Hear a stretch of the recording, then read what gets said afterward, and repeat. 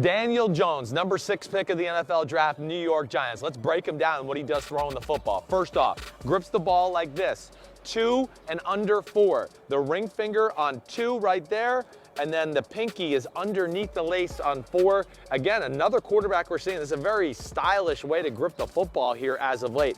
A guy that grips a small part of the football. I find that very interesting. Now, mechanics of Daniel Jones. There's a lot to like. Always got a great base about him. That is certainly phenomenal. As far as the motion itself, he always does keep the angle in his arm. I like that. I wish he was a little bit more strict with it. At times I do see, instead of it being here, it's a little bit like this. That can be improved, and you can do that as a quarterback coach, so I'm not overly concerned about it. He's big, he's smart, we know that.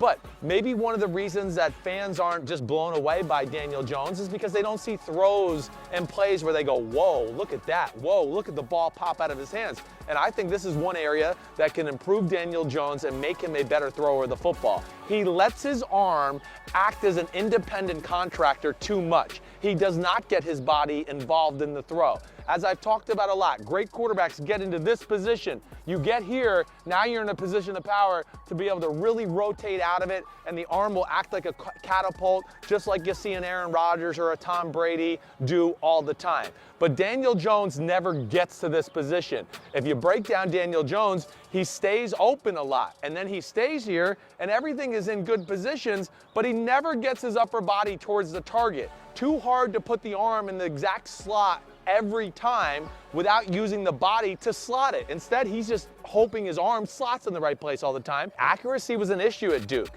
and it concerns me a little bit too, especially when you're an offense that David Cutcliffe is one of the more creative ones in all of college football, and especially at getting shorter routes open. But the short routes were the ones that Daniel Jones was some of the least accurate on. And why? Because those are throws that the body is important to throw it. In the perfect world, you want the body to be here and the arm to be connected. It's not a big, long throw down the field, so there's no reason to gear up and act like you're gonna throw some rifle or 100-mile-per-hour fastball. And I think that's really where it affects him a lot. Instead of being here and letting the body do it, he gets here and just tries to make the arm do it. And hey, he's talented, and he gets it done.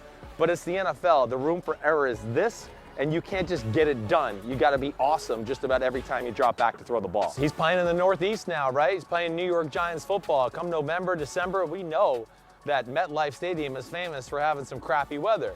That's another area where I go, come on, man, you need to use the body here. When you do that, it's really hard to throw the ball through the elements, okay? Through the wind, whatever it is, when it's just an all-arm throw. The other thing you gotta watch out when you have an all-arm type of throw, if the ball's wet and rainy, gosh, it's a lot harder to grip the ball and do this in the wet and rain than it is, let's say, to be like Aaron Rodgers, where it never leaves this area, and he doesn't seem to ever have a problem throwing the ball in the rain or when the ball's slick at all.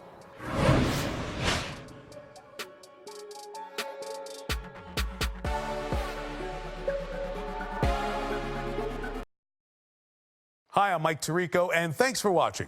Make sure to hit subscribe for the latest news and highlights from NBC Sports.